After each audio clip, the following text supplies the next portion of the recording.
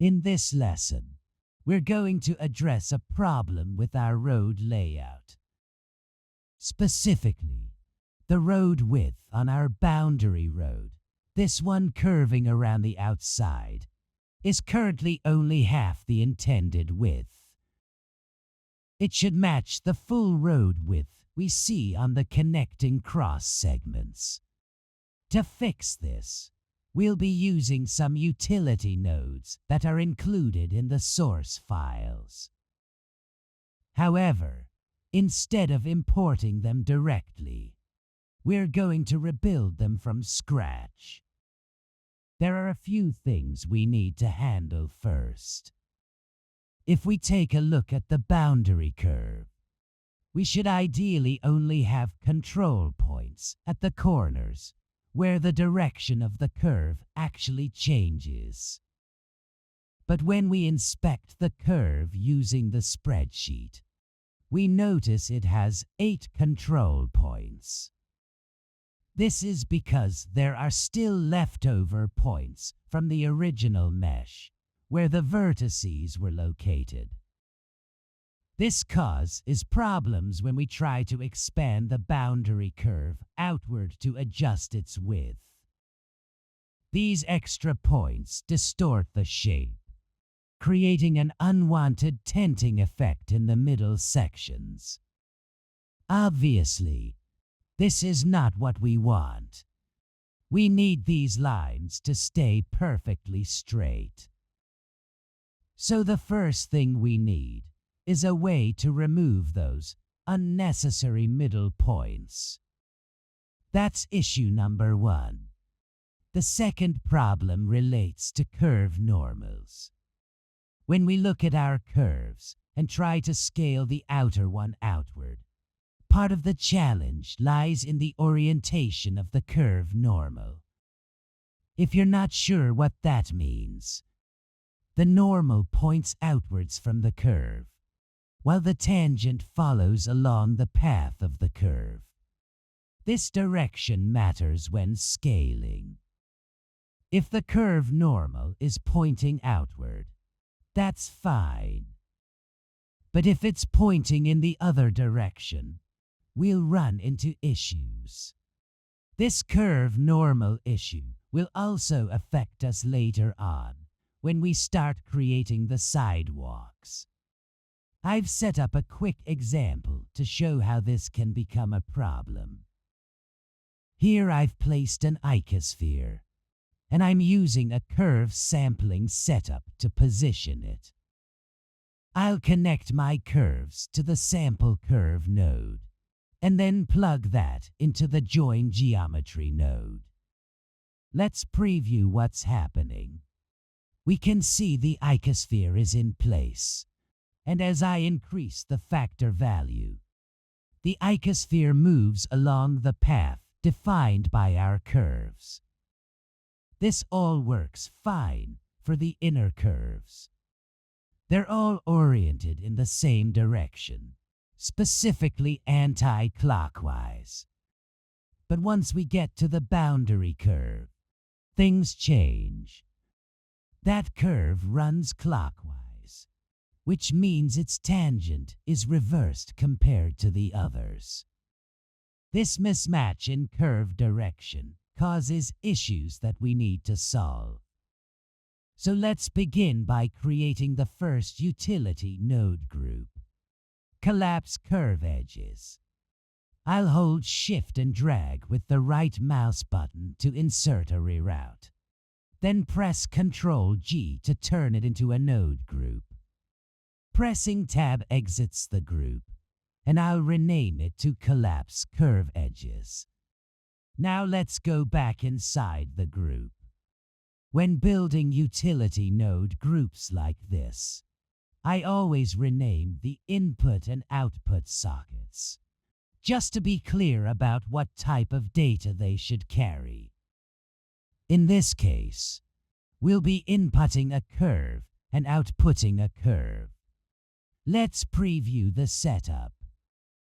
The reroutes are in place, and our plan is to analyze the vectors formed between control points. To start building this, we're going to analyze the direction between each pair of control points. We'll examine vectors like this one, then this one, and continue all around the curve. The idea is to compare each vector with its neighbor. If two vectors point in the same direction, we'll identify that spot as redundant and delete the corresponding control point. This probably sounds confusing now, but it should make more sense once we begin constructing it. To do this, we'll use the offset point in curve, node. This node lets us shift focus from one control point to another by offsetting the index. For example, if we're examining a particular point, setting an offset of -1 will move the focus to the previous point. Let's duplicate the node so we can get both directions. One will offset by -1 and the other by 1. We can now use evaluated index nodes. These allow us to retrieve specific data from the curve at a given index. We'll connect the point index from the offset to the input of the evaluation. What we want to evaluate is the vector position. So we'll plug position into the top input. Let's duplicate the evaluate node and set the second one to use the index from the one offset. At this point, we now have two position outputs, one for the point before and one for the point after. Next, we want to get the vectors between these positions. To calculate a vector between 2 points, we'll use a vector math node set to subtract. The direction of the subtraction matters. It determines the direction of the resulting vector. The way I like to think of it is, the top input is your starting point, and the bottom input is where you're heading. So, we'll take the output from the point at index -1 as the starting position, and subtract the current point's position from it. That gives us a vector pointing toward the current point. Let's duplicate this setup. This time, we'll go from the current point to the one at index 1. Now we have two vectors. One pointing in from the previous point, and one pointing out to the next. If we preview these vectors, we'll see some numerical values. They might not be easy to interpret just by looking, but each one represents a direction between two control points. With these vectors in place, we're ready to compare them and see which control points are aligned in the same direction, and therefore can be removed. Let's get the compare node from the Utilities Vector Math section. We're going to compare these two vectors and say that when they are equal, we'll use that information. So, let's plug them in and preview what we get. You'll notice we're getting a Boolean output. The corners are giving us a result of false, since the vector on one side and the vector on the other side are not pointing in the exact same direction. But in the middle segments, where the path is straight, we're getting true. Now, the one thing we still need to do is normalize the vectors. Right now, this is working because we're working with a square. But if I go into edit mode, and I'm just going to turn off the viewer for a moment, and stretch the shape, make the road larger, then switch back to the viewer, we can see it no longer works. We're getting false in places where it should be true. That's because the length of this vector and the length of the other one are no longer the same. So let's duplicate our vector math node and change the operation from subtract to normalize. Let's normalize both of them, one for each vector. And now when we look at the result, it's working properly again. What normalize does is adjust the length of the vector to 1. For example, if the original vector is 200, 0, 0, that's 200 on the x, 0 on y, and 0 on z. Then, after normalization, it becomes 1, 0, 0. So we're just turning the vector into a unit vector while keeping its direction. So now that our vectors are normalized, they work correctly regardless of their length.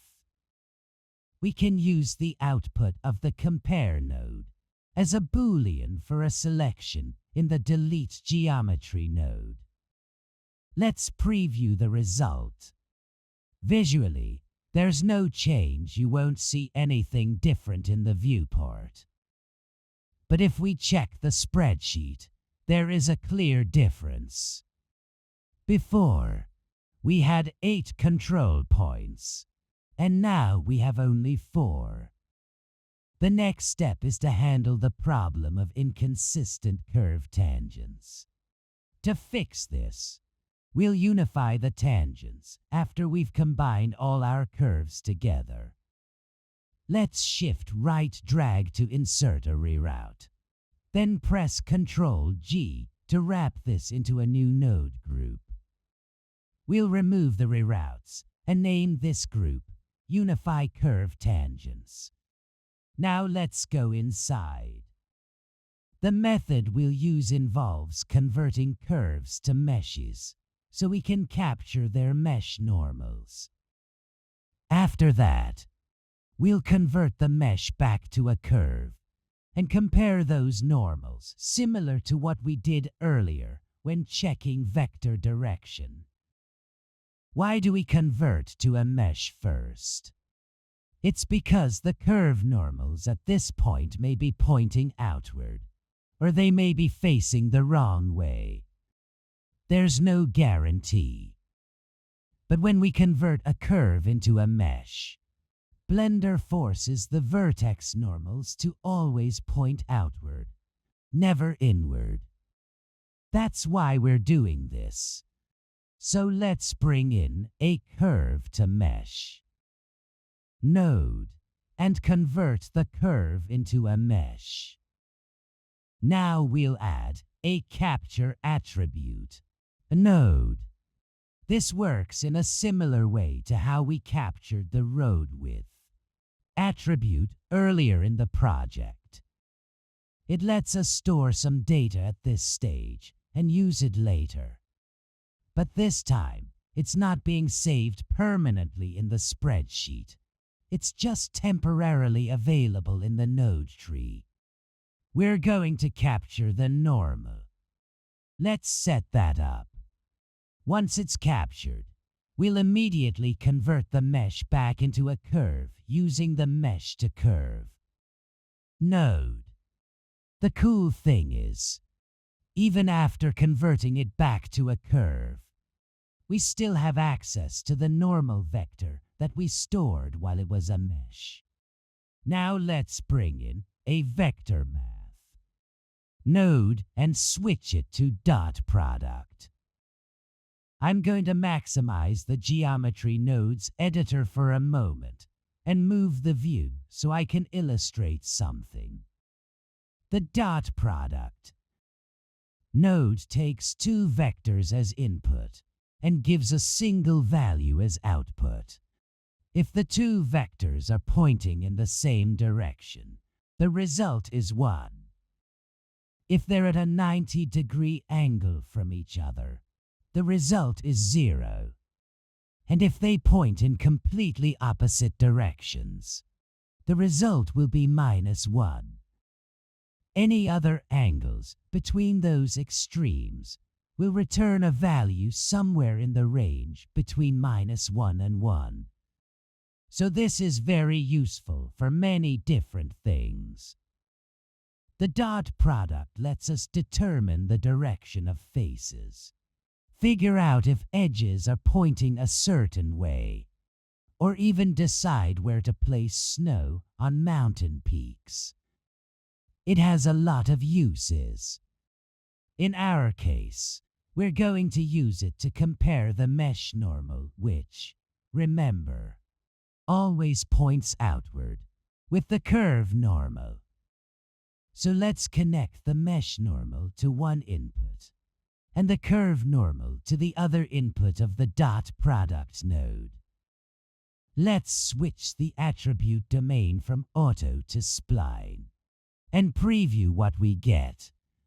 Now we're seeing some strange numbers, but we can fix that. If we evaluate the dot product on the point domain, we get a better result. The outer curve now returns a value of -1, because its direction is opposite to the rest. The inner curves give us a value of 1, meaning they're all facing in roughly the same direction. So let's add a less than comparison. We'll say, if the value is less than 0, we'll use that Boolean result in a reverse curve. Node. Connect the output of that comparison to the selection input. That way, only the curves that are facing the wrong direction will be flipped. Let's exit the node group. Back outside, we can now plug this into the same sample curve and join geometry nodes we used earlier for the icosphere demo. All curves now follow the same direction. The boundary curve, which was clockwise before, is now anti-clockwise, just like the others. This is exactly what we need. So now we can remove these temporary test elements, because we don't need them anymore. And inside our unify curve tangents node group, I'm also going to rename the group input sockets. One of them will be curve in, and the other curve out. Let's insert this node group into our main road setup. We're now ready to build the node group that will handle the curve offset. So let's start by adding a reroute. Then press Ctrl-G to turn this part into its own node group. I'll rename the input socket to curve, and we'll name the entire group offset cut. Let's take a look at what we're doing. We're going to use the set position node to move the curve's points. We'll take the curve normals using the curve normal node, scale them with a multiplier, and plug that into the offset input of the set position node. When I increase the multiplier value, you can see the curve expands outward. But there's a problem here right now. All of the curves are being scaled. What we want is to only scale the boundary curve. So we'll take the selection input of the set position node and expose it in the group inputs. Then I'll exit the group, and we now have a selection input available at the outer level of the group. To define that selection, I'll store a named attribute before we join the curves together. On the lower part of the setup, I'll assign the attribute outside as a Boolean and just set it to true. We can now use a named attribute. Let's just copy and paste it, Control-C. Control-V, you'll notice that when I do that, it also keeps the correct data type automatically. Now plug the attribute into the selection input. If I go to the viewer node and start scaling up the value, you'll see that only the outside curve is being affected. So how much should we offset it? This will be another value we'll want to pull out to the group input, so we can control it dynamically as a utility group. But before we do that, there's a small issue. If I set this value to 10, for example, it doesn't look right. If we're trying to offset this point over here by a value of 10, it should move exactly 10 units.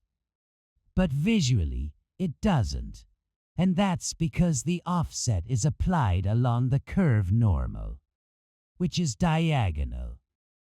That 10 is acting as the length of the diagonal, not the flat horizontal distance. If we imagine this as a right-angled triangle, the curve normal is the hypotenuse. So to move horizontally by 10, we need to multiply our value by the length of the hypotenuse in a triangle where both legs are 1. That value is square root 2. Now, you don't need to worry too much about this math. We'll just drop in a math node set to multiply. And I'll duplicate that node and set the second one to square root. Then, set its input to 2. Now we can multiply 10 by square root 2 and plug the result into the offset. And we're just going to do the square root of 2. Now, if I multiply the value 10 by the result of that square root and plug it into the offset input, we finally get the correct distance. The outer curve now snaps outward properly. The reason this works is that we're scaling along the direction of the curve normals, which are angled, not perfectly straight. However, later on, we might reuse this node group in a situation where the curve normals aren't angled outward, but point straight up or sideways. If we leave the adjustment hard-coded, the snapping would be wrong in those cases. So to account for both situations, we'll use a switch node. Let's add a switch node and set its data type to float. Now we can place the switch between the raw multiplier and the adjustment. If the switch is set to false, it will use the value multiplied by square root 2. If set to true, it will just use 1, meaning no adjustment. This way, we can toggle between normal aware offset and straight offset, depending on how the curves are built. This will be important when we start working on lane markings later in the course. So let's take the group input and expose the final output value from the multiply node as offset. Also, let's expose the Boolean, controlling the switch, and name that input straight. Let's now delete the temporary math setup we used for demonstration.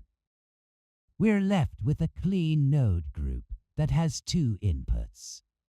One for the offset distance, and one for whether we're using a straight or angled normal.